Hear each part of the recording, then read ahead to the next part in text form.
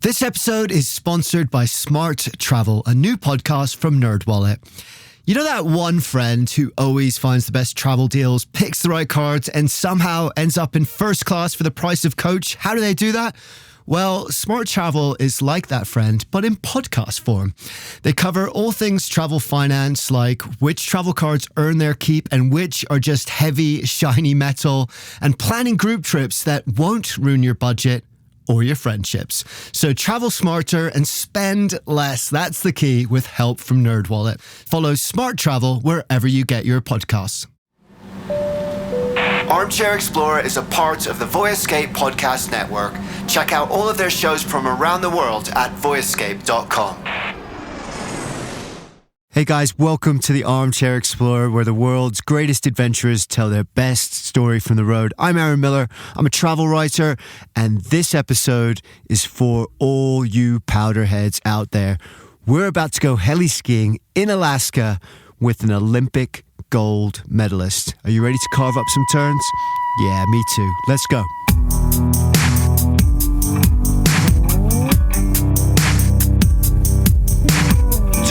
Is an Olympic gold medalist downhill skier for the US ski team. He won that gold in the Lillehammer Olympics in 1994, and he is an absolute legend in the skiing community. He's going to take us to his favorite place to go shred up some turns, his favorite place on earth, the Tordrillo Mountains in the far north of Alaska, one of the most beautiful and remote and big places to go skiing on the planet.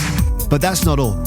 Later on in the show, Tommy's also going to take us turn by turn through his gold medal run. It's an incredible story.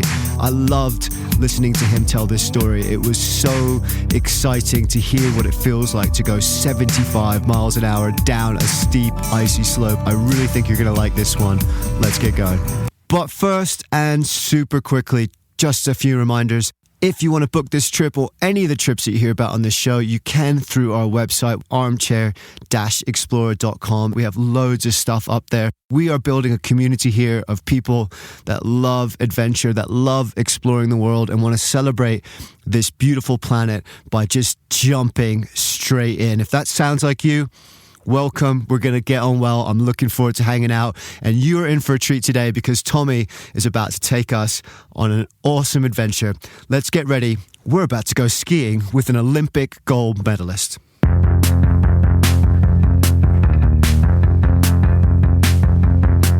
You know, I grew up skiing I started skiing at the Big Mountain in Montana back in the 70s. My dad was a pretty avid skier. He was a ski patrolman and a really great free skier. And I just remember the first time I was on skis, I was pretty much in between his legs and he was showing me how to snowplow. And I just remember loving it from that point on. And then when I was elementary school, I joined the ski club at the Big Mountain. And I remember when I was in elementary school, I'd find myself daydreaming out the window because we could see the ski area from our school. And I just remember wishing that I was up on the slopes.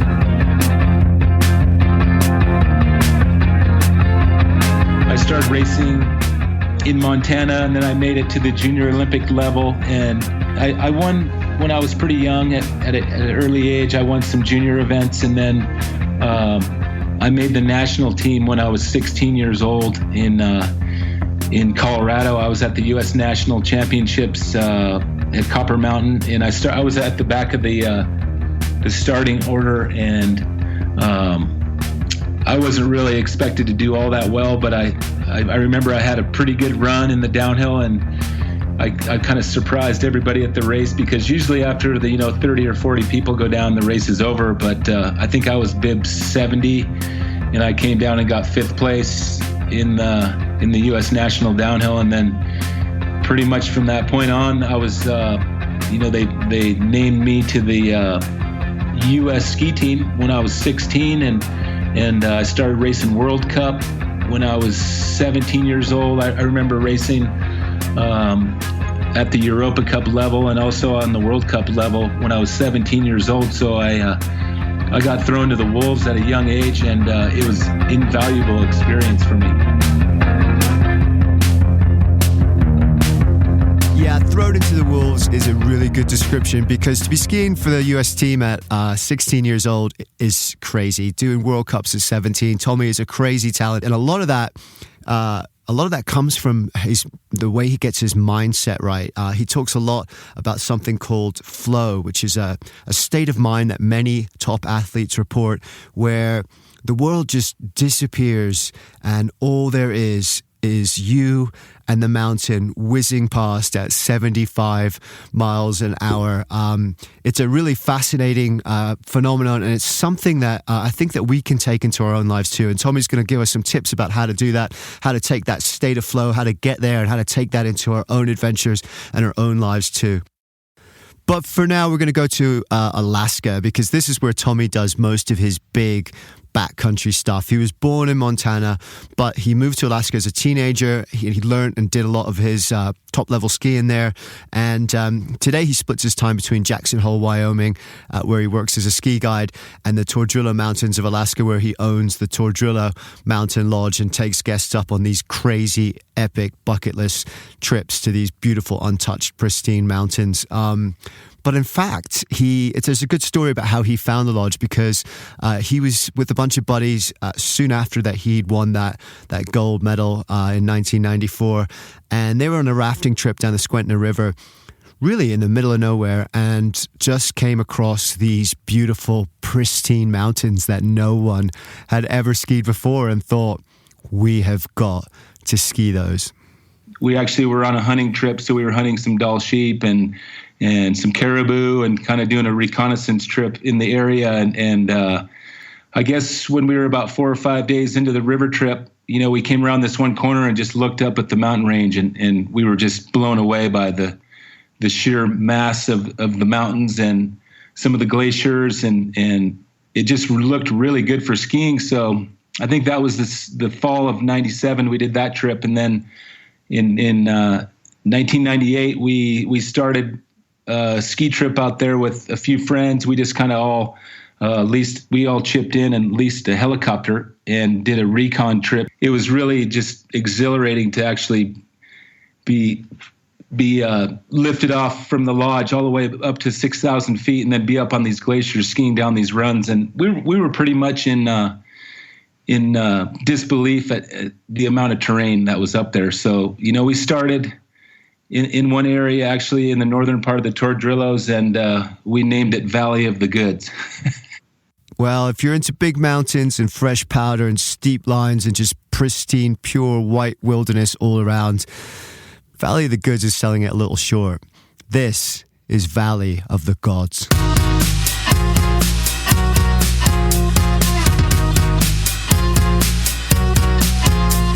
The Tordrillo Mountain Range is a western Alaska range, so there's 3 parts to the Alaska range.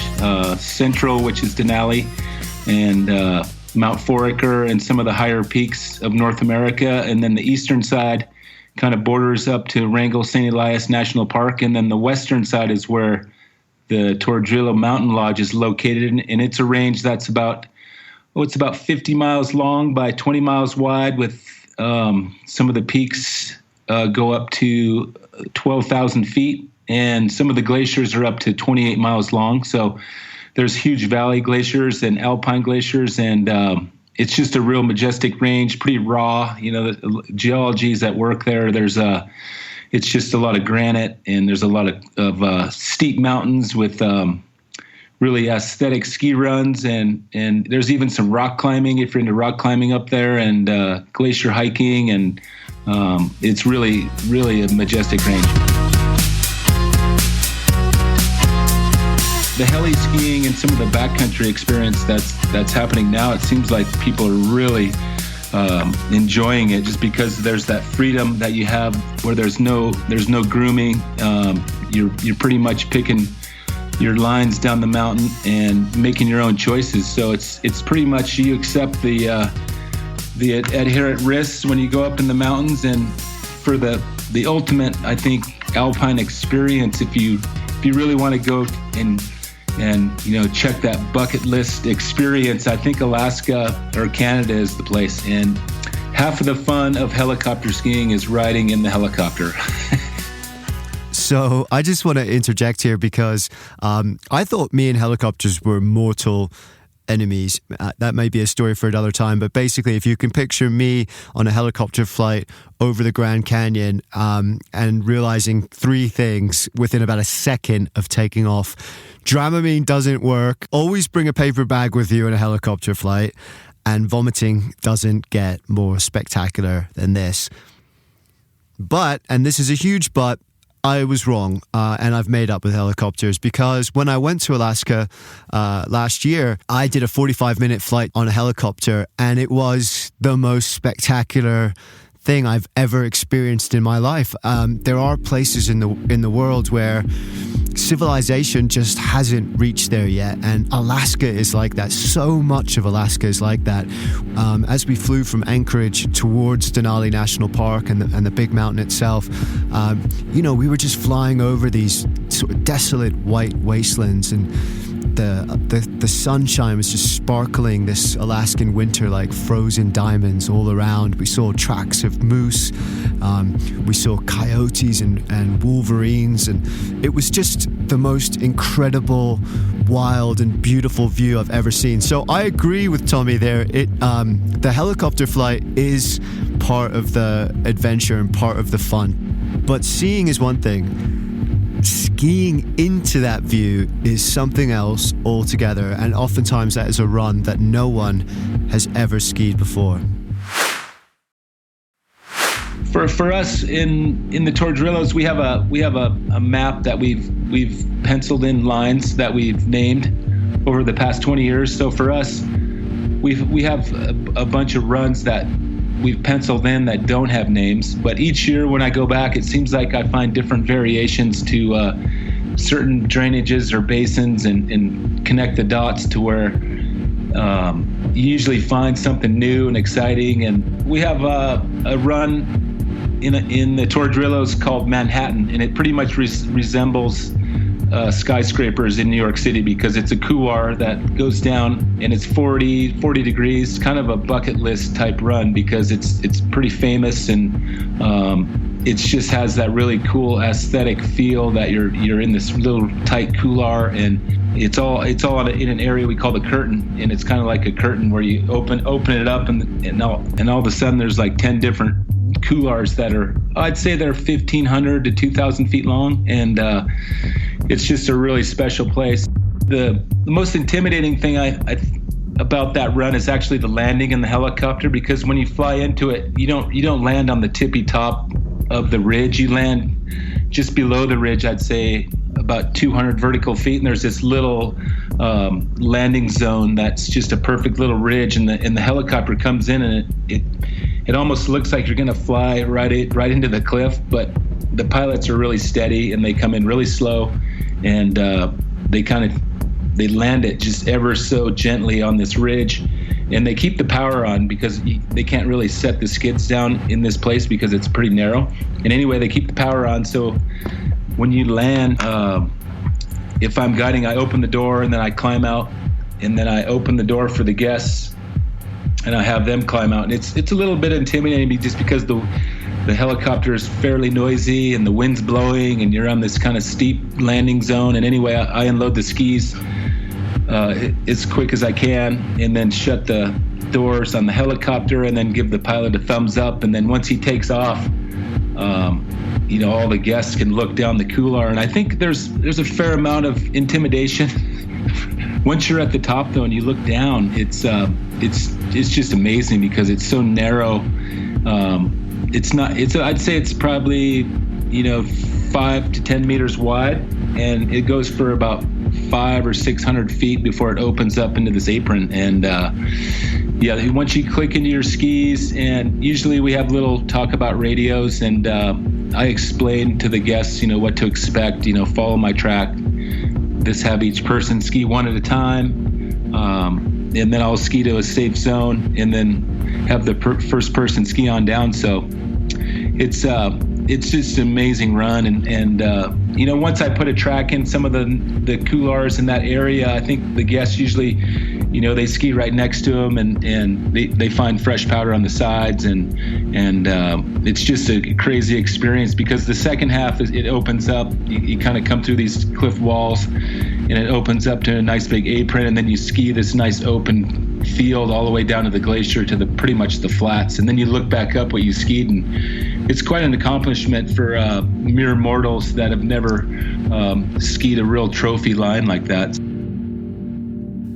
So Tommy's right, that Manhattan ski run is intimidating. You can see videos of it up on YouTube. It's scary, but it's also one of the best shoots you'll ever ride, and you will be dining out on that story in like ski bars and ski towns for the rest of your life. The crack, that is something else altogether. That is insane.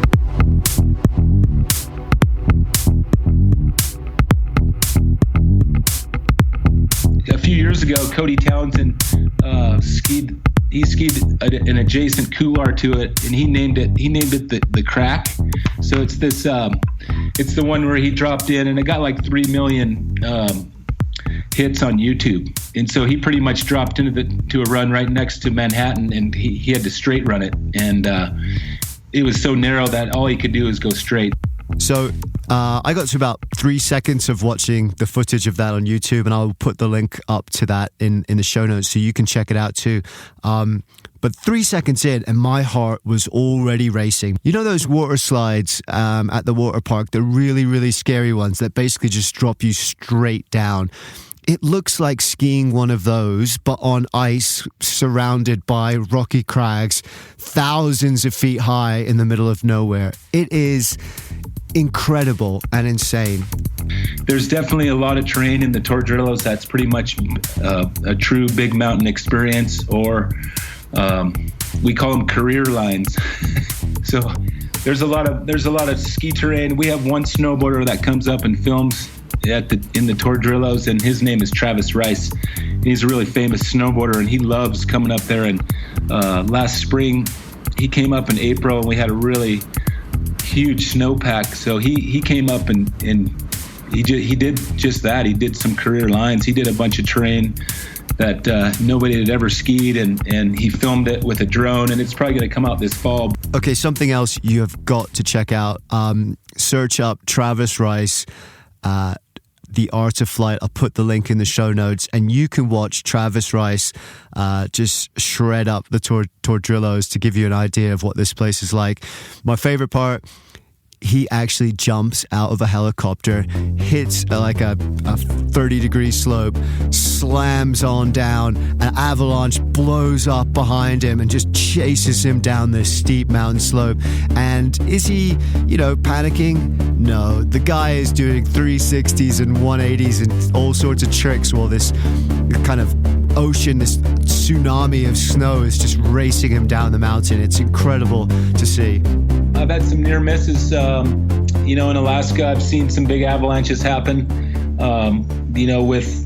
With skiers, and it's just if the snow's not right, and sometimes you just have to really listen to your gut and stay safe and ski on mellow terrain. One time I was skiing here in the Tetons in March with a couple friends, and we were on some big couloirs on this north-facing canyon called Granite, and when I dropped into it, I kind of knew that it didn't feel right, so I stopped and then made a quick turn to the left, and then the whole slope cracked out beneath me, and it went 3 feet deep, and the avalanche was it was probably like a class 2 or 3. It went all the way down to the creek bottom, and it sounded like it was like almost glass, like the snow that it was sliding on was a really stiff crust. And if I would have just went for it without having any precautions, I probably would have I would have taken a big ride, and it wouldn't have been pretty at all. A big ride is right. Now, if you ski with Tommy or any of his crew, you don't have anything to worry about. These guys know their stuff, but avalanches are no joke. So know what you're doing, know the risks, and if you don't, take a guide or head up to the Tordrillos and book some of those big winter adventures with Tommy and his crew up at the Tordrillo Mountain Lodge. We'll put up info up on the show notes and the website about how you can do that. But for right now, Don't worry about that, because things are about to get very exciting. Tommy is taking us to the Olympics and down every single turn of his gold medal run. He picks up the story here, talking about his career and the route up to that point. I raced World Cup from 87 until 1998, and I raced all the big ones in Europe. Kitzbühel is like the hardest downhill in the world. I raced in Wengen, Switzerland, and those are some of the classics in Europe. And I raced in Whistler, Japan, Norway, Sweden, and all those tours that I was on every season. It took me 6 years before I really had a breakthrough from 87 until 93. I hadn't really been in the top 15 only a couple times. And the 93 season, I had my breakthrough. I got 5th place in the World Championships in Japan. I really felt confident. I finally knew that if I skied my best, I could probably be in the top 5 in the world. And I remember after Japan, I went to Whistler for a World Cup. We had the Dave Murray downhill. And I just remember being at the start for the downhill, and I was ready 10 minutes before I was supposed to go. I had my boots all buckled. I had all my clothes off. I was in my downhill suit, and I said, either I'm going to get on the podium or I'm going to crash. And I remember just being in the zone. I had a flawless run, was just looking for speed the whole way down this track. And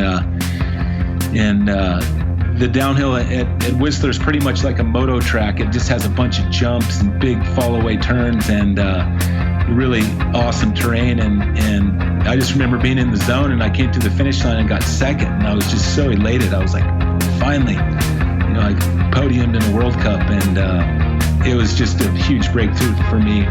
And that was the 93 season. And then the next season was the 94 Olympics, and that's when I had my best year.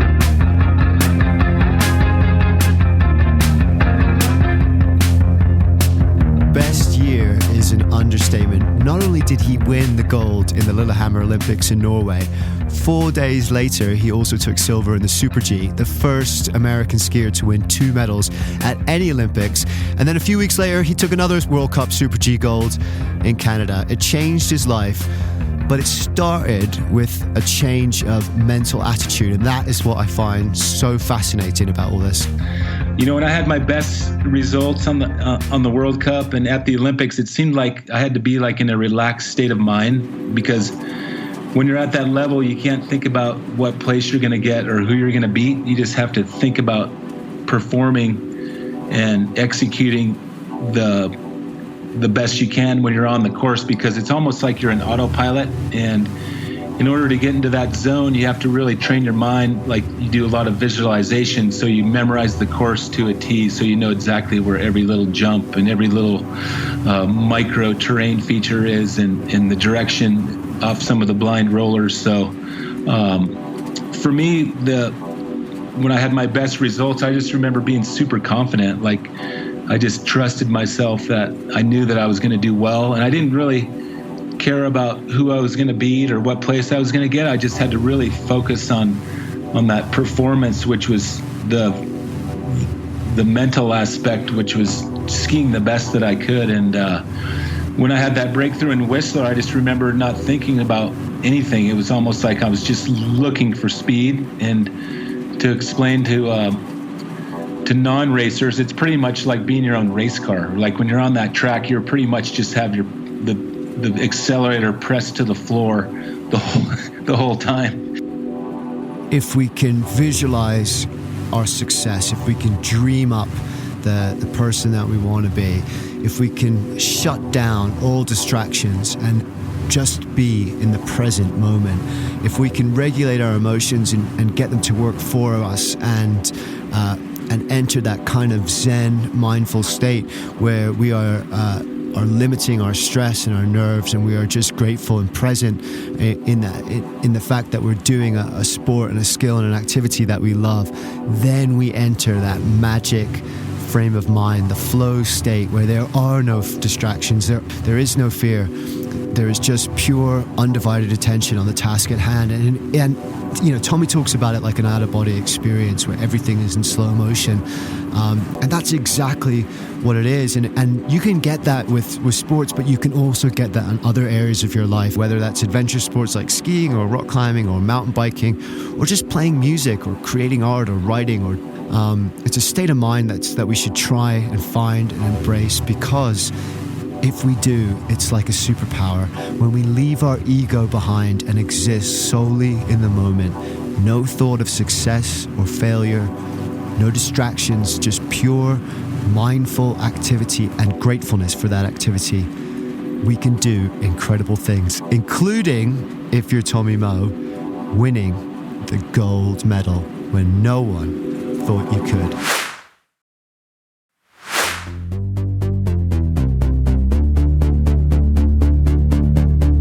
I didn't really think that I was going to win the gold. I was just hoping to get like any color, you know, gold, silver, or bronze would have been great. But the whole downhill run for me was, it was almost like it was out of body experience. I had one of those runs at the Olympics where I felt like I was in slow motion. Like the whole track itself was super icy and intimidating, and it was pretty much like a hockey rink with all these, you know, fall away turns and huge jumps and really challenging terrain. But it wasn't like the most difficult downhill track in the world. There's a lot of tracks that are super difficult on a scale of 1 to 5, and I'd say the course in Lillehammer that I won the gold on was probably like a 4 out of 5. It just had a really nice flow, and to explain to people what flow is like, it's almost when you're racing down a slope and you get in this rhythm where everything just feels right, and you're making really clean turns and carving, because at the Olympic level, or at least at the World Cup level, to be really fast on a downhill course, you actually have to carve every turn. You can't slide your skis at all. As soon as you slide your skis, you lose time. So it's pretty much like being on hockey skates and you're ripping down the mountain at 75 miles an hour in a skin-tight suit with no safety except the padding and the nets that are along the course. And you have to take the tightest line, which is the shortest distance between the control gates to win the race. And it's a very mental sport. I'd say skiing's probably at least downhill skiing's probably 50% mental, because all the athletes are super tuned up and in really great shape, and you just have to have the trust in your ability and the mindset that you're going to perform to the utmost. And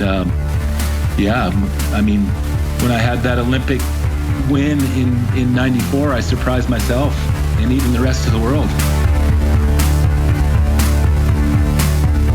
The Olympic downhill in Norway, Andre Kjetil Aamodt was the favorite, and he's Norwegian, and he was bib 7, and so he went out of the starting gate and ripped down the mountain and had the fastest time. And so there was 20,000 people at the finish line, and they're all just going crazy. And he had the fastest time, and he and I had been battling against each other, for a couple years, and I was right behind him, bib 8. But when I jumped in the starting gate, it was pretty much like I said to myself, either I'm going to win or I'm going to crash. I might not ever have this chance again. I'm going to floor it. My mantra at that time was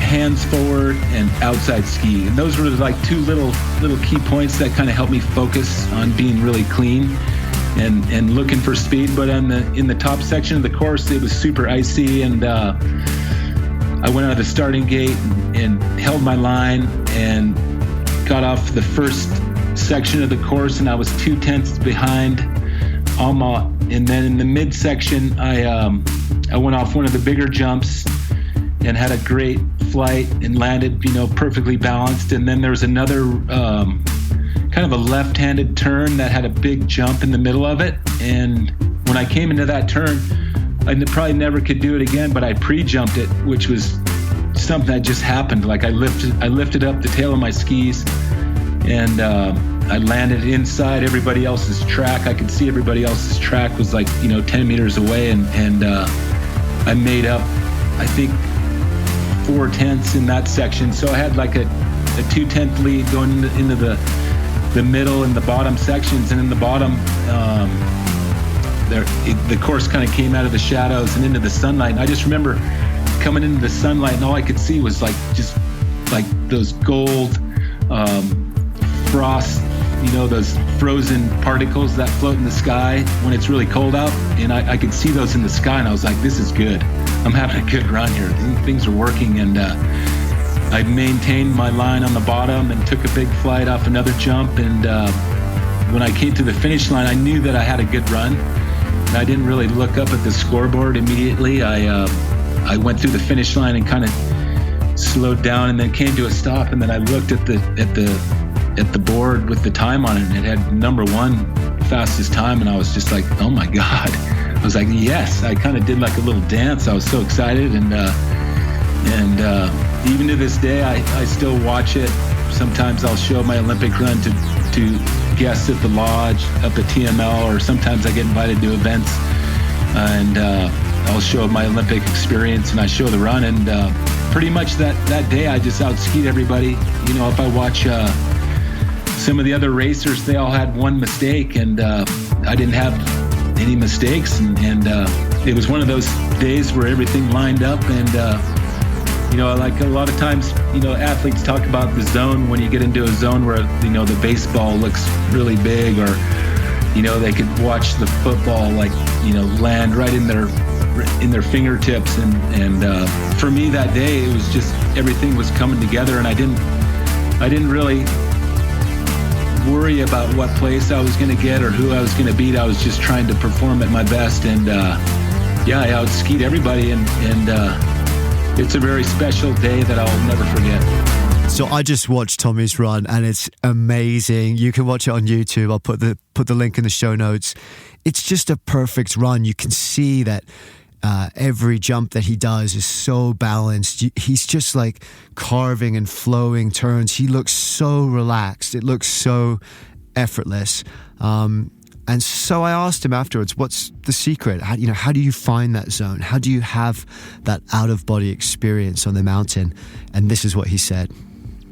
Everybody has the zone that they get into, and I think the only way you can find that zone is if you go out and keep trying to find the magic. And for skiing, it's looking at the snow, watching the weather reports, being out in the mountains where you live, and kind of, skiing at certain days, and then watching the weather. And if you spend enough time in the mountains, you're going to have those magical days where everything comes together. And, you watch the weather, and it says it's going to be sunny on Friday, and the snowpack's great. So you get up early and prepare and get all your gear ready, and have a good touring partner or a ski buddy, and you find those moments where it's almost like you're in a special time, and you're almost just time traveling, and you don't really have any worries to think about. You're just in that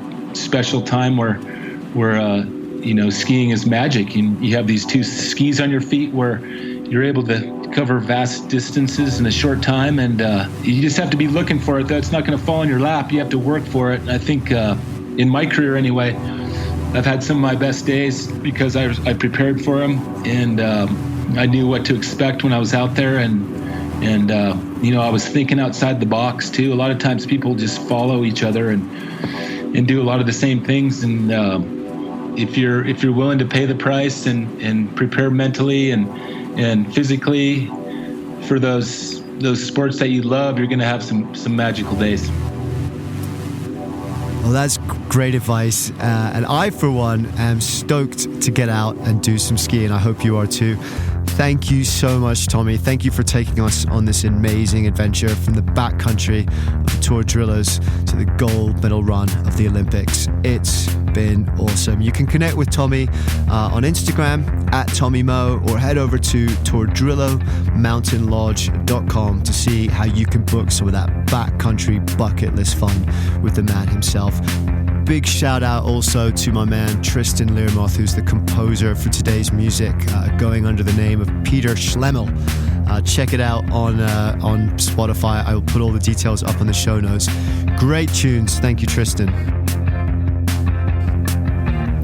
So remember, guys, if you like this show, thank you so much for listening. We're trying to build a community here of explorers and adventurers, of people who want to celebrate this beautiful, amazing planet by jumping headfirst in. If that sounds like you, join up, hit up our Facebook page, Armchair-Explorer Podcast. Hit me up on social media at Aaron M. Writer.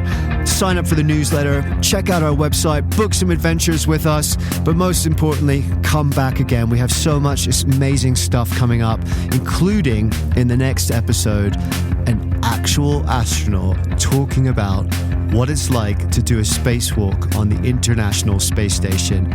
Spoiler alert, it's insanely terrifying and profoundly life-changing when you see the Earth as a whole spinning in that vast, empty blackness of space. You realize that we are all in it together. We are all one. And that is what this show's all about. So please come back and hang out again. Subscribe, leave a review, share it with a fellow explorer. It's been amazing hanging out with you. It's been a pleasure taking this ride with you. So grateful to Tommy. And please do check out all his stuff too. And remember, the more that we look for wonder of the world, the more the wonder of the world becomes a part of who we are. Dare to be truly alive. I'll see you next time.